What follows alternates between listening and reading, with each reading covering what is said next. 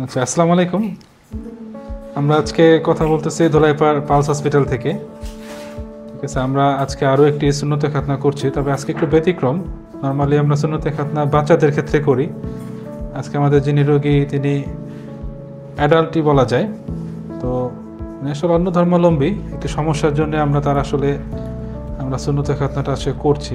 আসলে সুন্নতে খাতনা শুধু যে আমরা মুসলমান হওয়ার জন্য করি এরকম না, এছাড়াও অনেক কারণ থাকে।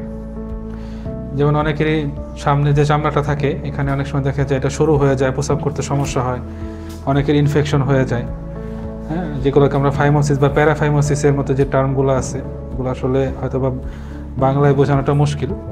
তো এই ধরনের ব্যাপারগুলোর জন্য আমরা কিন্তু মুসলমানি বা সুন্নতে খাতনা করতে পারি। তো এটিও আমরা লোকাল দিয়ে করছি।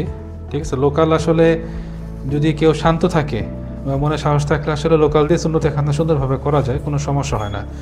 কিছু কিছু ক্ষেত্রে আমরা অনেক বাচ্চা থাকে যারা দেখা গেছে যে খুব ভয় পায়, খুব ছটফট করে, তখন কাজটা সুন্দরভাবে করা যায় না। সেই ক্ষেত্রে আমরা জিয়ে বা সম্পূর্ণ অজ্ঞান করে নিই, আদারওয়াইজ আমাদের খুব একটা প্রয়োজন হয় না। তো সুন্নতে খাতনা আমরা দুইটাভাবে করি আমাদের হসপিটালে, একটা হচ্ছে স্ট্যাপলার দিয়ে আর আরেকটি হচ্ছে কসমেটিক পদ্ধতিতে।